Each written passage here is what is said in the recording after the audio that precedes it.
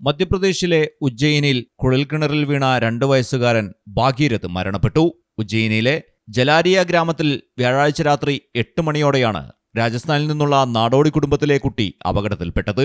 ആടുമേയ്ക്കുന്ന കുടുംബത്തോടൊപ്പം എത്തിയതായിരുന്നു ഭാഗീരഥ്. ഏകദേശം 23 മണിക്കൂർ നീണ്ടുനിന്ന തീവ്രമായ രക്ഷാപ്രവർത്തനത്തിനൊടുവിൽ കുട്ടിയെ പുറത്തെടുക്കാനായെങ്കിലും അബോധാവസ്ഥയിലായിരുന്നു.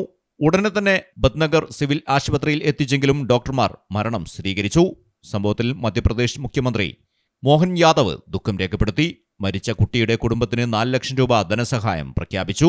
രാജസ്ഥാനിലെ പാലിയിൽ നിന്നും 5 ദിവസം മുൻപാണ് പ്രവീൺ ദേവസിയും കുടുംബവും ആടുമേയ്ക്കാനായി ഉജ്ജയിനിൽ എത്തിയത്.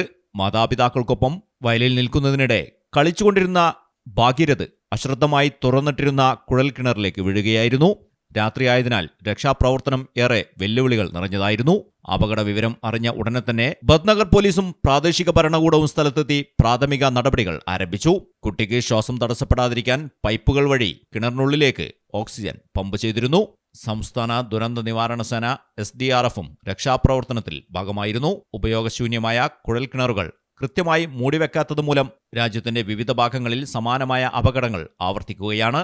ഇത്തരം അശ്രദ്ധകൾക്കെതിരെ കർശന നടപടി വേണമെന്ന ആവശ്യം വീണ്ടും ശക്തമാകുന്നുണ്ട്.